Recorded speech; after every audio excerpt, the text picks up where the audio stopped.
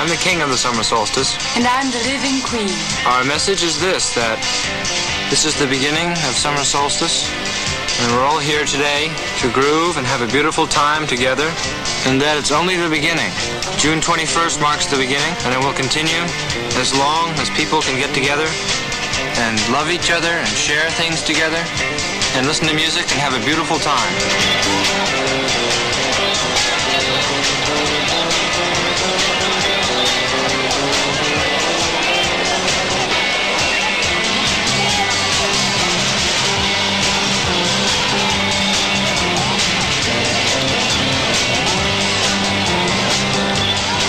Well, I left Chicago to get away from whatever that was there.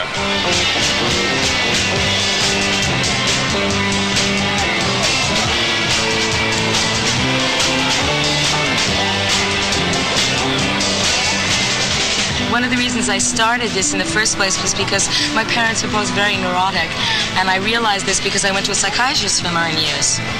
And at the later stages of analysis, I realized just how neurotic and ill and in a world of illusion. My parents were, and I decided that I was going to be the one in my family to stop it. It was going to stop with my generation, that I refused to pass this on to my children.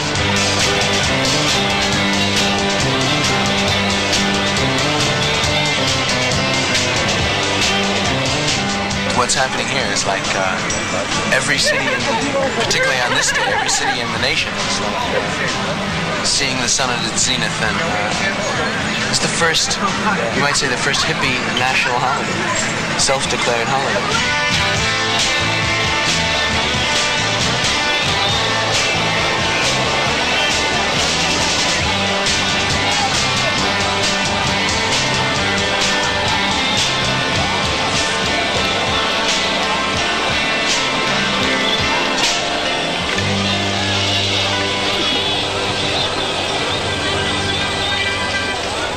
A digger is a person that they label, what you call a beatnik, you dig? Beatnik, people with unconventional generation. They didn't know what was happening. They didn't know the beatnik cared so much about humanity as they do now. You know what I mean? Well, the free store to me means a great deal because it helps out the community. And it brings people together with no profit involved. If there was any profit involved, I wouldn't be here because money doesn't mean that much to me. You know what I mean? You talk about the hippie. What is the hippie? Where did the name come from, hippie? Why don't you talk about the younger generation, the people who are changing? Why don't you talk about the people who know what's happening and don't agree with the old line of thinking? Why don't you talk about the people who believe in brotherly love and nothing else, and prove it every day on Haight-Ashbury?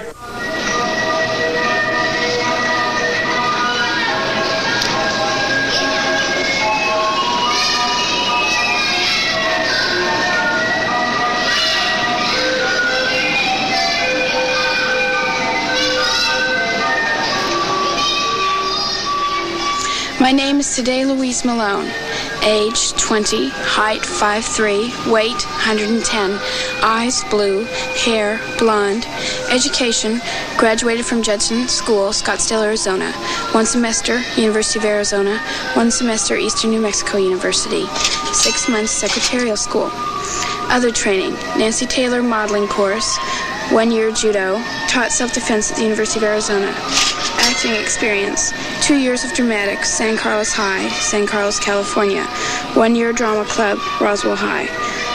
1 year theater group, Judson School. Plays, Bells Are Ringing, Wizard of Oz, No Time for Sergeants, etc. Also worked on and managed crews. Helped write and produce plays at Judson School. Various school skits, etc. Hobbies, reading, judo, music, dope, Haight-Ashbury, sewing, cooking, collecting fairy tale books. Job experience, sold Berkeley Barbs, typed at co-op, sold dope, worked as a legal secretary last summer.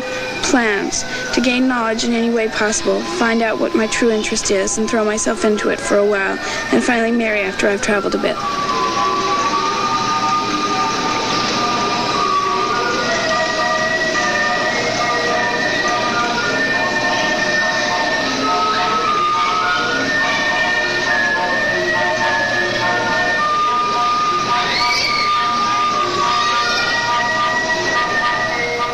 One of the first questions that they'll ask is, what do you do? And so I say, I live. And they say, no, I mean, do you work or what? And I say, no, I just live. And they say, well, you must do something, because their whole orientation is towards job, occupation. This is their whole life. Money and status. You tell them that you don't do anything and that you come to the park, and it's like they can't believe you, and they want to believe you so very much, and they look in your eyes and they can see that you believe what you're saying and you're telling them the truth. And they know that they can't make it, that they're 45 years old and they're all hung up in the mortgage payments and paying off the car and wives and kids and just endless circles of involvement.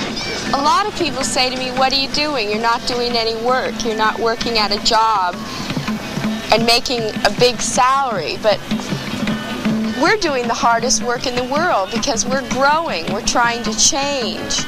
And that's a lot harder than staying in the same rut and going along year after year, doing the same thing and thinking the same things and living the exact same way. I like living here because I get to do exactly what I want when I want. Like, if I want to run down the streets and turn cartwheels, I do that. If I want to climb a tree, I do that. And if I want to freak out tourists, I do that. It's completely free. You have all these young kids coming from a very rich, affluent, middle-class society where they've been taken care of since they've been babies and never really had to do anything for themselves in a serious way, and now they come here and they want to be hippies and they still want to be taken care of. The kids that are coming here are also the most adventuresome of the lot of this generation. They want to strike out on their own. They want to see about life. They're very hungry for life, and not a plasticized, fantasized version that comes through their school and the suburban life, which is not very fulfilling to much of the human spirit. A kid often hits a commune, finds a place to live, coasts for a couple of days, and then catches on to the fact that it doesn't take very much, but it does take some effort to keep the thing going, to keep all his friends and himself alive. People are pouring into the scene so fast that it's very difficult to turn them all on, because what you're trying to turn them on to is freedom. That if everyone is free, if everyone really has the room to do their thing, something really fine will come out of it.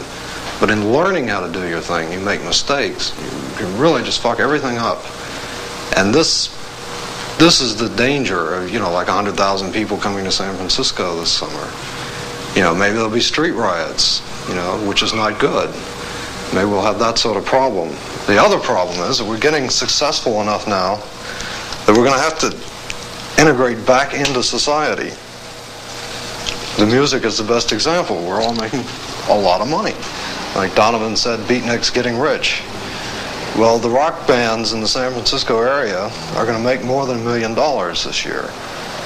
And this brings a lot of problems with it, because we're rapidly moving up into the entire establishment, and it's a question of whether we're going to turn them on or they're going to turn us off.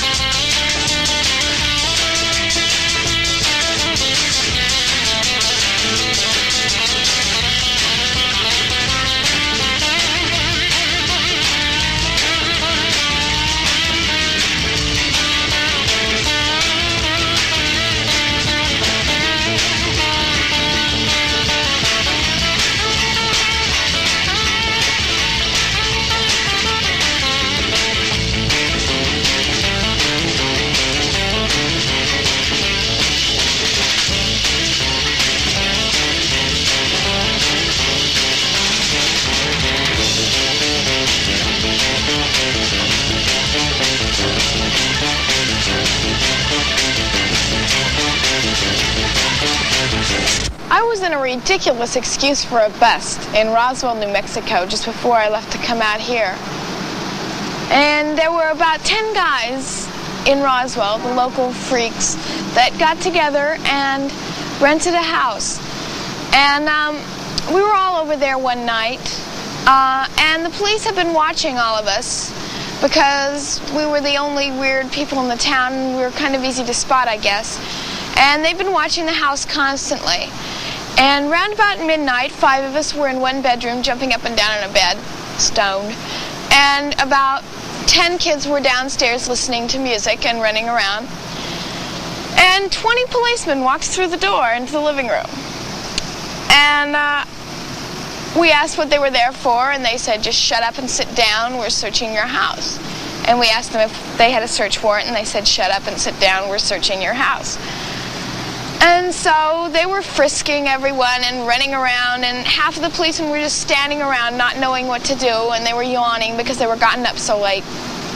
And it was supposed to be very big and exciting because all of the towns around had been busting people. Albuquerque had been busting people, and I guess the police wanted to get into the newspapers in Roswell.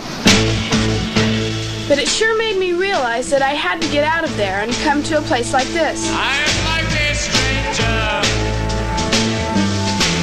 People just like a stranger in my own hometown.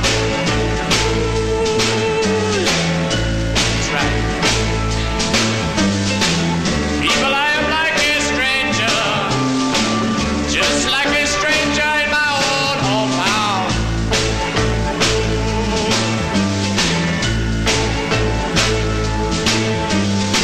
Some folks that I have known since my childhood, oh, you know they just don't seem to want me around. Don't you know?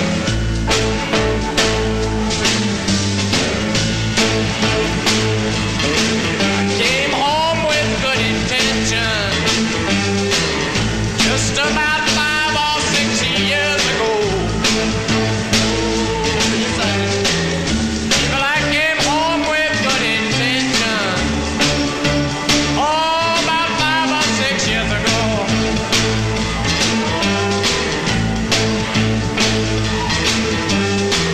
And you know my hometown won't accept me. Oh, yes, and I just don't feel welcome around there no more.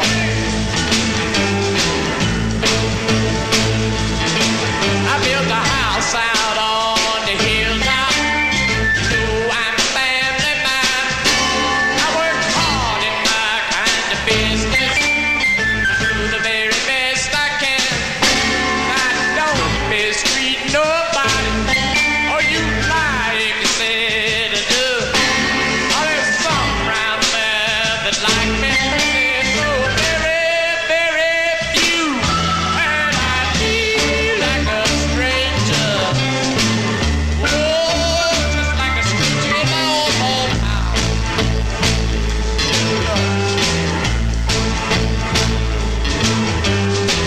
You know my so-called friends stop being friendly. Oh, but you can't keep a good man down.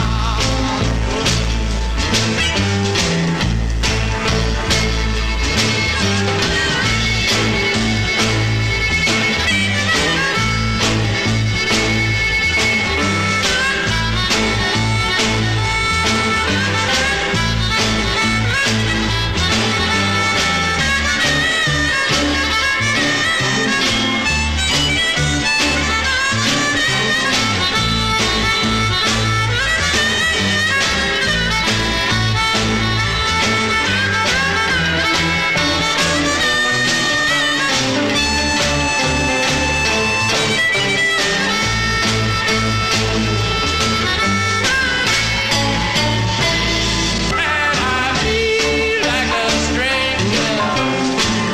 Oh, people just like a stranger in my own hometown.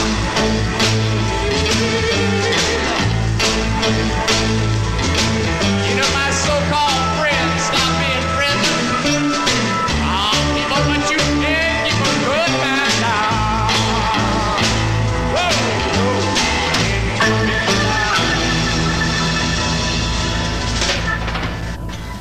We have a group of young people from upper middle class families who have moved into a physical environment that is in effect a reversion from the kind of environment in which they live to one that goes back, let's say, 3 or 4 generations. They're living in gross insanitary conditions with a great deal of overcrowding. There is a very high incidence of infectious hepatitis by reason of their use of drugs and the using of unsterile needles. About 1/4 or 1/5 of our total caseload in the venereal disease clinics appear to be hippies. Now, I'm going on the appearance solely. And we have one case history in which a young chap has been into the clinic 12 times in 3 months with 12 different cases of gonorrhea. Well, what the kids are really here for is pretty difficult for me to evaluate. They're given a sense of values by their parents and by society generally, and they find out that none of us live quite up to those values. So I think one of the things that they're here for is to find out some kind of a satisfaction of a personal philosophy as to just exactly why they are here, why they're here on Earth, so to speak. Most of us have gone through this process and find it by a process of trial and error. The only thing that I think bothers me is that their trial and error has to be associated so often with mind-altering drugs of various kinds, beginning, of course, with pot. Barb, they're soaked in LSD. You roll them up and smoke them and they'll get you high. They're 20 cents.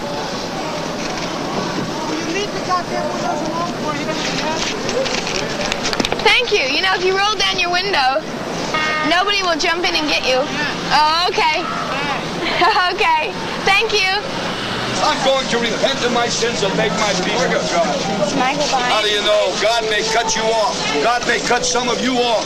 If you're not here doing some good in this world, if you're not out here serving a God, if you're not out here making use of your strength, of your talents, of your abilities, of the life of your youth that God has given you, my friend, God may cut you off one of these days.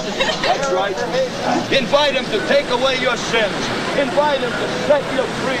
He that the Son of God sets free is free indeed. You can't be free. You can't find peace with God. It's 20 cents. Here. Thank you. Would you like to buy a little book on how to roll a perfect joint? The Hip Job Co-op is a name that really doesn't describe what this thing is all about. It functions along with the Diggers and the Free Medical Clinic and the Krishna Temple and various other shops and institutions in the hate, like the Love Vortex, the Orifice. All of these organizations cover different aspects of the community doing their thing. The Job Co-op has just recently put in an altar as of yesterday. We think that this probably expresses where most of our heads are going. We're still continuing to supply information to people. We're trying to turn on the world, man. That's what we're doing. We're turning on people. We're being turned on. It's one and the same.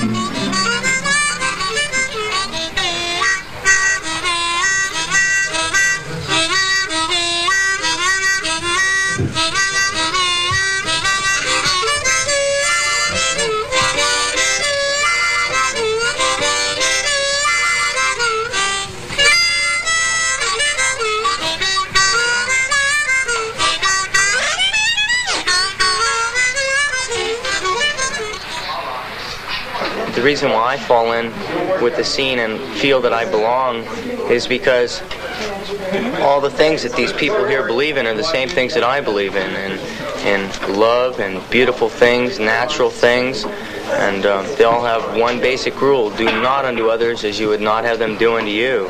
So I still can't understand why so many people out there keep pointing the finger and saying, you people are wrong, you people are wrong, you people are wrong, or we're giving you the love, we're giving you the love, where the people don't realize that before you can spread love around to anybody else, you've first got to find it in yourself. I feel now that I've found love in myself, I've found myself and what I should do, and I feel I can help do things for the younger people. Not much with words, but just by being myself, I'm doing my part. My husband thinks I'm very narrow-minded, and some people I probably am, but my opinion of them is that some of their viewpoints are all right, but as a whole, I think that they're dirty, and I don't think that they have to. I don't think that they have to live this way in order to do the things that they want. I think they ought to have certain standards that they should live up to, and I think this is important in our society. I have friends who take an LSD, and they're rather evangelistic about it. Sounds like something I would like to do. If I had a 15-year-old daughter, I guess I would want to be more sure than I am now that, before she took it, it would be all right. Well, yeah, because there are so many other things that characterize the hippies, like the love of colors and form and an aesthetic sensitivity that hasn't been part of any other youthful rebellion. I just feel that they're young, growing children trying to express themselves, trying to learn who they are, where they are, what their identity is. And I respect them. I have a few criticisms. When they will move into a community, for example, and say, take the facilities that the old staid taxpayers have paid for and ask to use them gratis. Then I say, no. Then you have to grow up and pay for these facilities that you're asking to use. I wrote an article called Guerrilla Theater, in which we talk about getting people from the community who are dropouts, who dislike the society, the old left, the new left, the psychedelic left, junkies, ex-junkies, winos, dropouts, psychotics, people who are really disenchanted with what happens. They join us. They help us do shows. There's a whole non-commercial underground across the country. Not underground. I mean, everybody profits off the underground at this point. It's very open, because this is like a middle-class country. But the dropouts, the hippies, and the beatniks, and the professional dropouts, that is, we work hard, we're professional dropouts. Dropouts from middle-class ideology, success ideology. We not only criticize it, but we live it. We do it. Different than you who watch and understand the hippie scene, who understand the avant-garde. The difference is the avant-garde does it. The new person is not one who simply says it's a bad society, but proves it by his actions. It's a great difference. Great difference from a critic of the society, which are the liberals critics like Noam Chomsky and other people who make films, etc.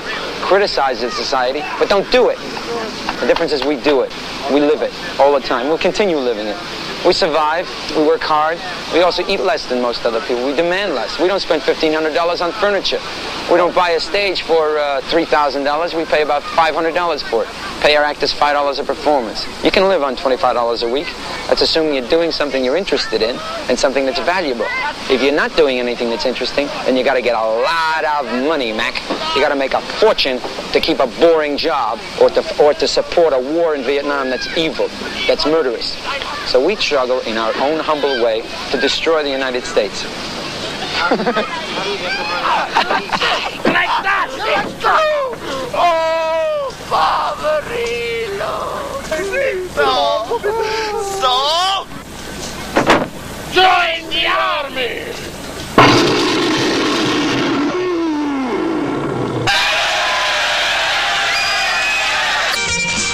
My name was originally Louise Stoddard Malone, and I'm having it legally changed to today Louise Malone. The name came about when I was sitting in the drugstore cafe, and a girl named Monday, who I had never met, smiled, and we started talking, and she gave me some Osley acid, and we started talking to another guy, Don, and we gave him some acid, and we started running around, and we decided that we didn't like my name, and we wanted to change it. We thought today was a very beautiful word, just had the essence of what everything was about. Like now, everything is today. And so I've been going by that name ever since. We don't care how the country looks. He don't care about reading books. He don't care about the way he walks. He don't care about the way he talks. He don't know what's up or down. Is he when a smile or frown? He's stoned. He don't care if his navel shows. People stop, they turn around. Is he when a smile or frown? He's stoned. Dead stoned. Acid on top of STP, on top of Seconal, on top of grass, and on top of everything. Like there is nothing that I haven't tried. I love it all. And all the bad trips are in your mind. Like these people, like this girl that was freaked out here. It's all in her mind. She must be worried about something. So she has a guilty conscience. But don't feel guilty. Be happy. Always be happy. That's the most important thing. Always be happy. Because you can be happy. You can be happy. Dead stone. He's stone. Dead stone. LSD is something that here at the hospital began to really come to our notice a year or so ago when a number of individuals, maybe once in a while, would come in brought by their friends or police occasionally when they were alone, panicked, frightened, disoriented, confused, and sometimes having any of the entire gamut of psychiatric symptoms, paranoid fears that they were being persecuted and were being killed, hysterical symptoms, physical symptoms, quite a range. And the drug was clearly part of a whole experiment by a lot of youth seeking out new and alternative styles of life. The combination of the energy and enthusiasm, the risks that the kids would take, the attempt to find new ways, the colorfulness, the kindliness, the searching for new directions and new experiences within themselves, I always saw as something that we depended on youth for. The music, the art, the experiments, the way of life that they were trying to find seemed to have a potential for a lot of value. That at the same time, the danger, the pain was terrible that some of the kids could be having on their trips. Home Free is a sanctuary that is starting up in conjunction with the medical clinic here. Unfortunately, this is an anxiety-ridden society, and many times with LSD it magnifies, gives them a microcosm of their anxiety, and they have a tough time walking through the screen and understanding these anxieties. And they need a place just to come and sit down, someone to talk to, where they can relax and talk it out and not be shot down chemically with Thorazine or other strong tranquilizers, or stuck in an institution or a hospital with its bare white walls while they're high under a strong dose of LSD, which just louse them up for months. This is one way in which the community is trying to answer this problem. We've found that many people who, mostly city people, who got stuck on hard drugs for one reason or another, because of the way they are and because of the way society is, they got stuck on heroin or methadone or opium and whatnot. Once they have the psychedelic experience, they tend to keep away from those drugs and cure themselves of it and work towards a far more pure system of life and a far purer drugs, organic drugs. Peyote, mescaline, marijuana, LSD are far different than hard drugs, than opiates. They don't dull you, they increase your awareness. It's very hard to communicate in an LSD world if you haven't tried it. I haven't tried it. I suppose I've been scared off by what I've read in the mass media. I have no particular interest in trying it. I have smoked pot since I was a kid on the police beat. I was first turned on by a police officer. The sergeant who was head of the narcotics detail. I went on a raid with him when I was 17 years old. We picked up a lot of pot, heroin. It was a big arrest. And we picked up the cigarettes and said, well, kid, you're going to try this sooner or later. You better try it under good auspices. You better try it with a cop. So we both lit up, the sergeant and I. And that was my first try. I found it pleasant, not particularly exciting. Maybe because I was surrounded by the fuzz while I was smoking it. I've taken acid about 23 times, and it has changed me, I think, for the best, in that it's made me more perceptive, more sensitive to the world around me, to people, to colors, to just beauty. And when I'm on an acid trip, everything is more intensified. I'll see wild, moving, colorful patterns, and I am much more sensitive to the colors that make up colors. And everything seems very much alive, very much full of energy, and very, very beautiful. You stay in an energy, so you dive in the stream and you get your energy, and you fill your body with energy, you fill your consciousness with energy.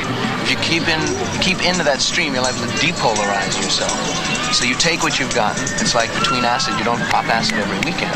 And if you do, you're not getting out of it what you might if you popped it once a month, or once every 6 months, which is another kind of consciousness altogether. Well, here it is, folks, that terrible drug LSD.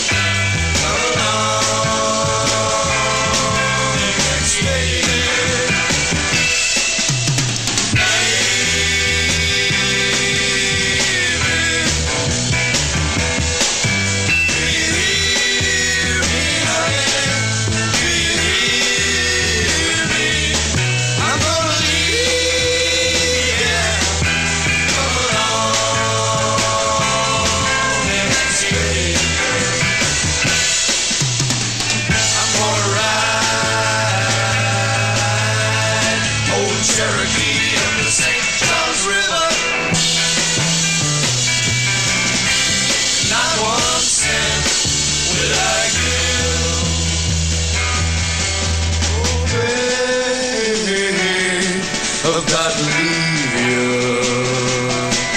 Oh, you know I'm gonna leave. I'm gonna leave, baby. When summertime comes around.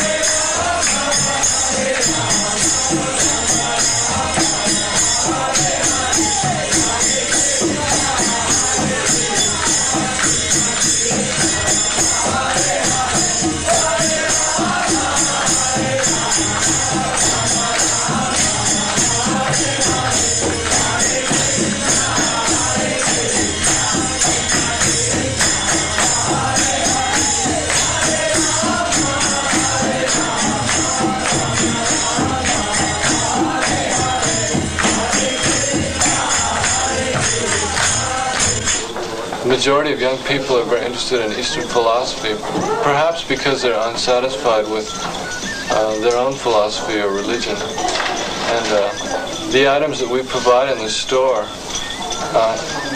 help to encourage that kind of thing. And also help to stimulate our deep consciousness to the fact that these things are here. They've been here for years, for thousands of years, and now we can enjoy them.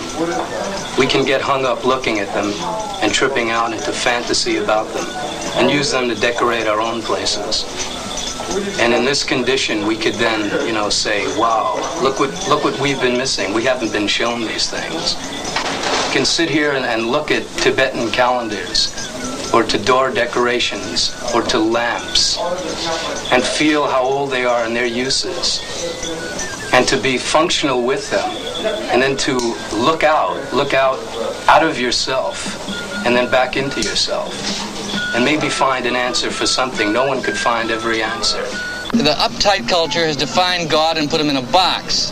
So when we do something as clergymen in terms of the uptight culture or in terms of the youth culture, the chief of police comes and shakes his finger at me and says, if you don't protect God's law, we will.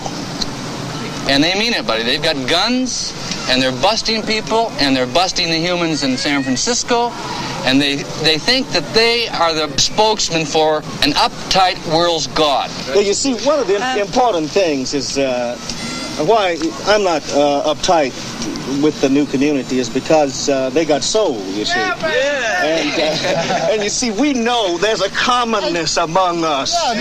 We know what we go through, don't we? Yeah, sure.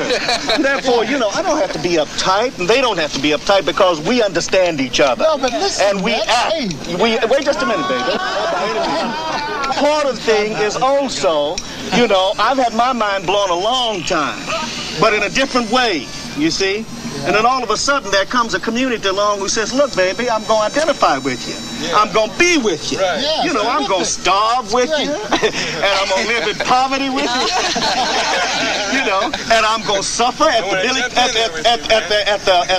the clumps of the Billy Club, and I'm going to be with you.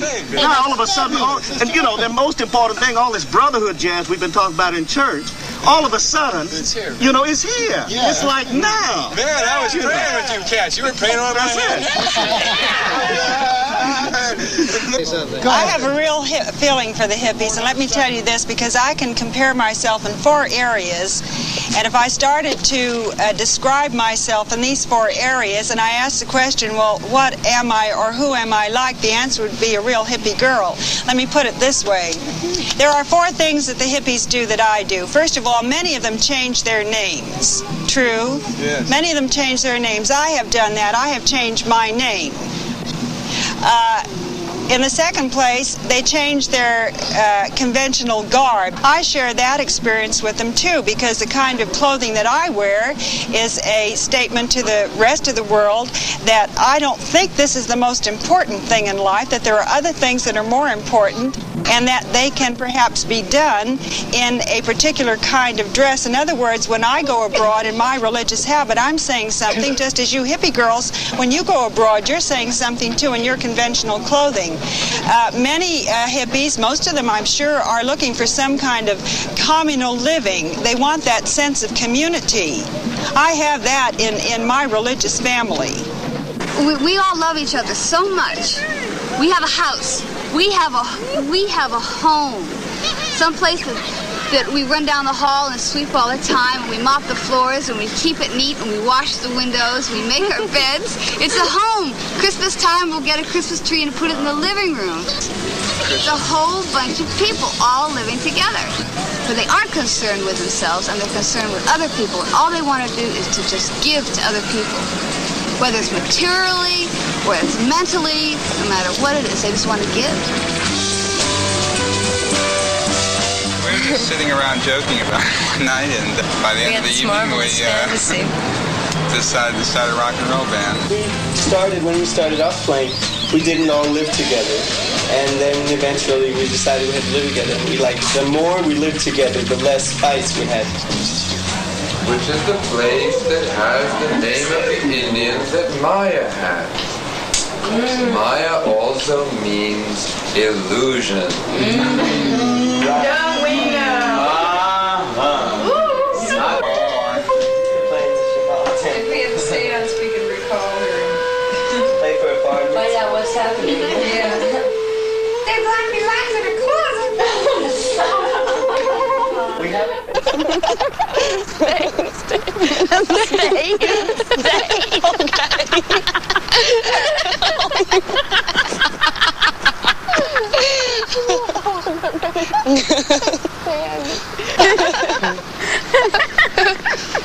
Well, we grabbed her off the street and recruited her. That's not true. I grabbed you guys off the street. I don't think she'll ever go. I don't think Sandy had done a comment. No, she's getting awfully hung up now around here. She's dropped out so far, she'll never come back. What?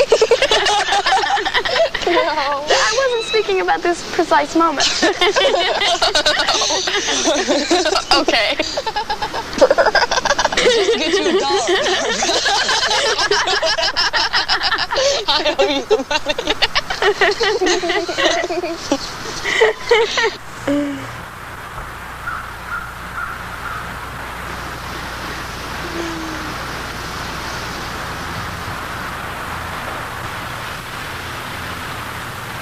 I think the hippies should be allowed to live the way they want to live.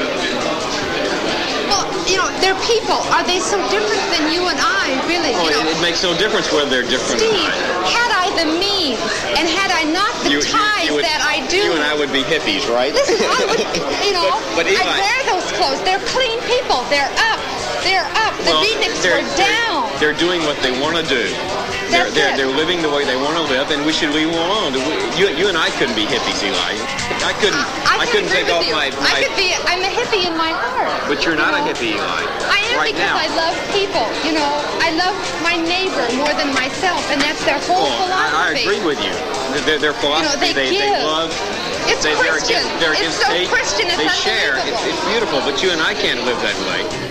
You can't take off your dress. You know why we can't live that way? Because we've had our college education. We have mother and father back home. Right, and we're used to the martinis at 5 o'clock every afternoon, and the wine and the whole works. There are certain things that we have to do that society expects of us, and we do it. But secretly, yes, God damn it, we do it. If you had a choice, you and I would both be down there.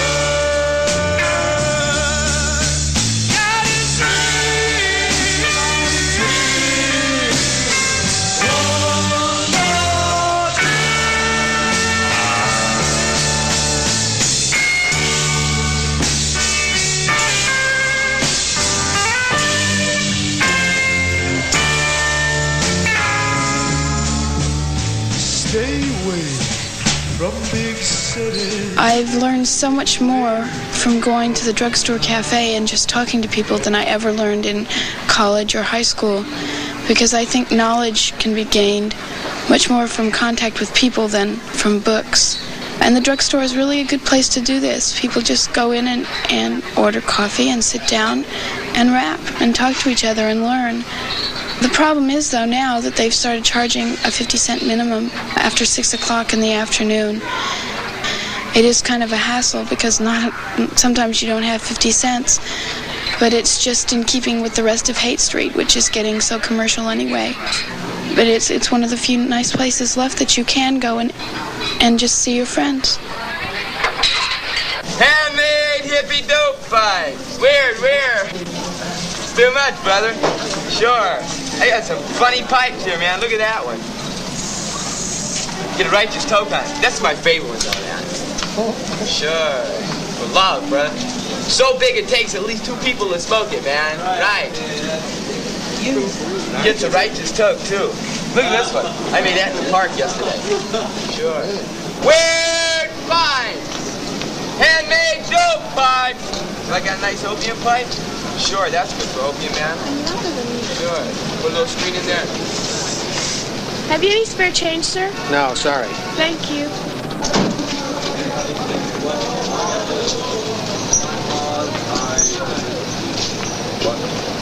Clean it up.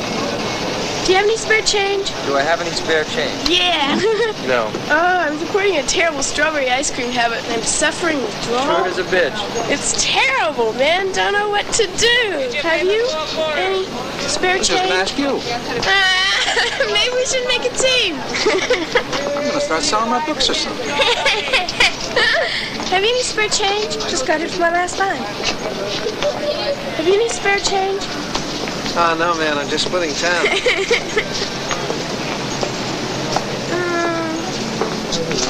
Have you any spare change? No, sorry. I'm wiped out. Thank you.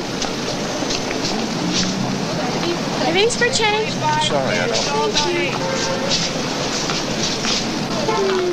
Bill, wouldn't by any chance have any spare change? No, I don't.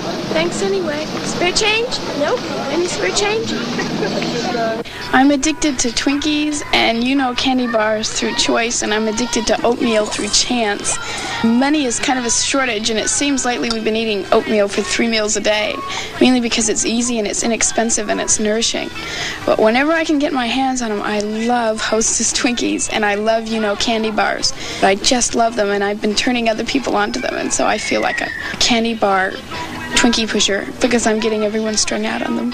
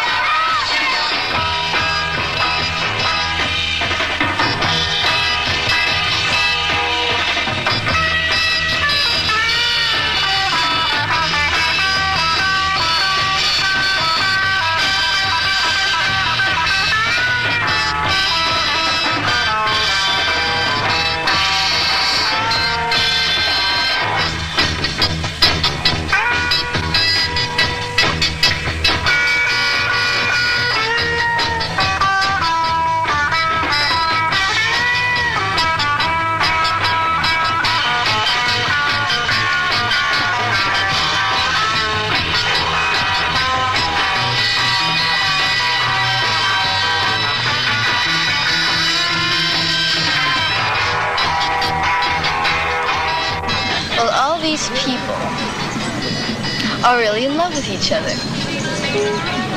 Really in love with each other. Like you don't even ask anybody's name anymore. In this particular subculture, it doesn't matter what your name is. It might even matter more what your birth sign is than what your name is. Like I had this cat, I picked him up, he was hitchhiking, and he said, "How do you do? My name is John. I'm born under the sign of Cancer." And I introduced myself to him the same way. I think that everybody here, after they've been here for a while, and they get into the love feeling here, they want to, after they get their heads together, they sort of want to go home and turn their parents onto this this newfound sense of love, because you realize, like, for the first time in your life, you really, truly, deeply love your parents, and they are yours. They're your parents, and you are their child, and you belong to each other. And you want to show them this beautiful thing that you found, and you want to make them truly, deeply happy. What's happening is a basic change in the evolutionary process of mankind. That these kids who you see here, and kids just like them in New York and Copenhagen and Tokyo and London and all over the world, as a matter of fact, are involved in something that only monks cloistered in monasteries in Tibet were interested in up till a very short time ago, and that's consciousness expansion.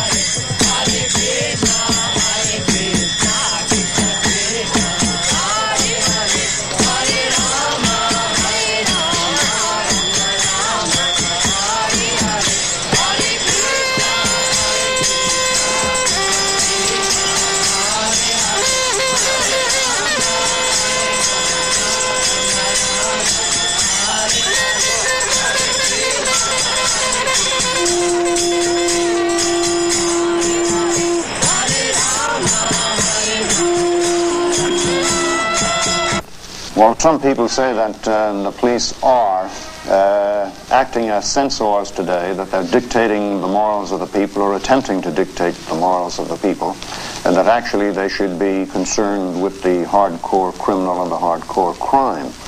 You have to take into consideration that basic to many of the problems that we are confronted with today is a breakdown in moral and spiritual values, and in this cynical day and age, you're not supposed to talk about those things. You're antiquated and you belong to an age that's past when you do this. The Sexual Freedom League is an organization based on the philosophy that any sexual act between two consenting adults should be legal and that people should be uninhibited in their sexual expression. In San Francisco, our parties are limited to couples only. And the reason for this is there's still a double standard about men are free to do these things, but women may be criticized if they're sexually free. So if you had a party without couples only, you'd have all these single men showing up and freaking all the women out. So they limit the parties to couples only. However, you don't have to be a heterosexual couple. A homosexual couple, either male or female, is welcome at a party. The Sexual Freedom League is not necessarily for swingers, because swingers are independent. Swingers organize their own parties with people that they know and people that they like. It's that personal contact that counts. Yeah, but swinging usually involves the group of people from 3 up to 10 or a large party.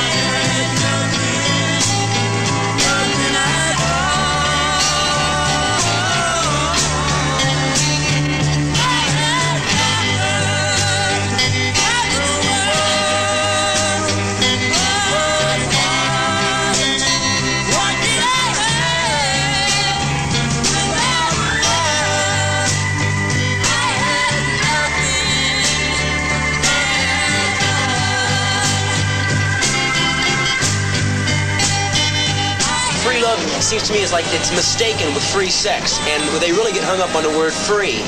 You know, yeah, it's groovy, and why not? And of course, you know, but people start coming onto the street and they just see the chicks. They just see the chicks and they know it's free love, so they walk down the street and hey baby, let's go and practice some free love, which is a bunch of garbage.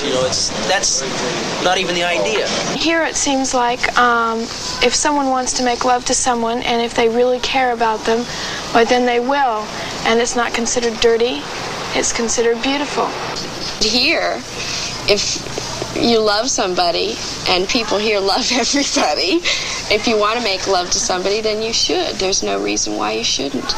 Love here doesn't have to mean like you plan to get married and you're going to love someone forever. Men here are much more like men, I think. They're not playing the games that they have to play in the straight world. They're not afraid to show emotion.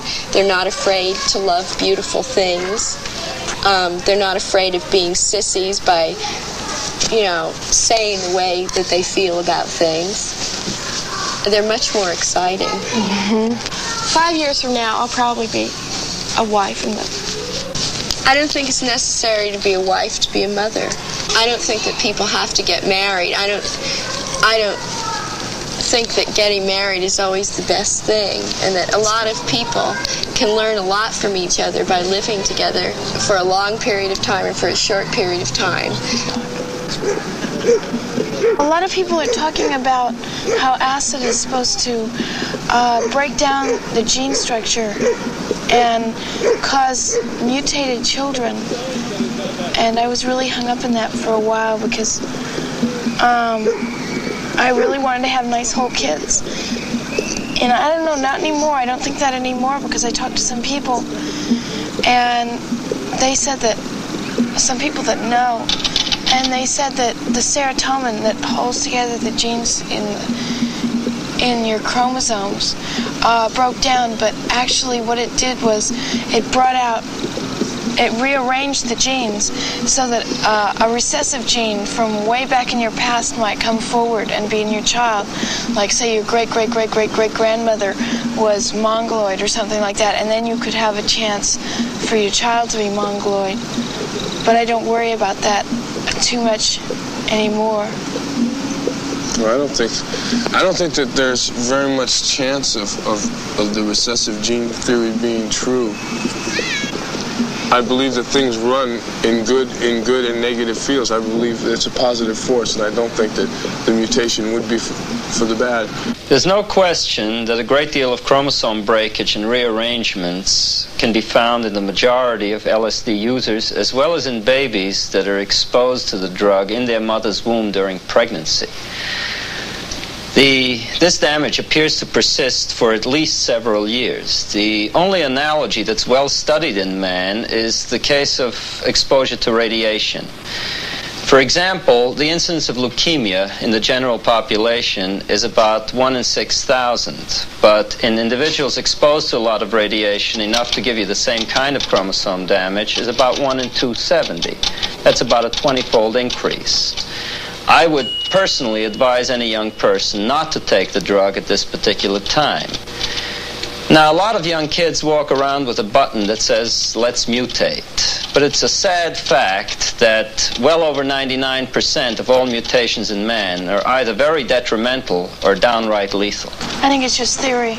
If there is a mutation, I think it probably would be for the better, because you look at the forces like around the world, the negative forces and the positive forces, and you look at who are the people that are taking acid and who are the people that aren't taking acid, and you see that the people that are taking acid at least are trying to salvage something out of the world before it blows up. This was done by the Indians for many, many thousands of years on this same ground, and it was quite all right. I mean, everything was quite attractive until Caucasoids moved in and tried to make profits.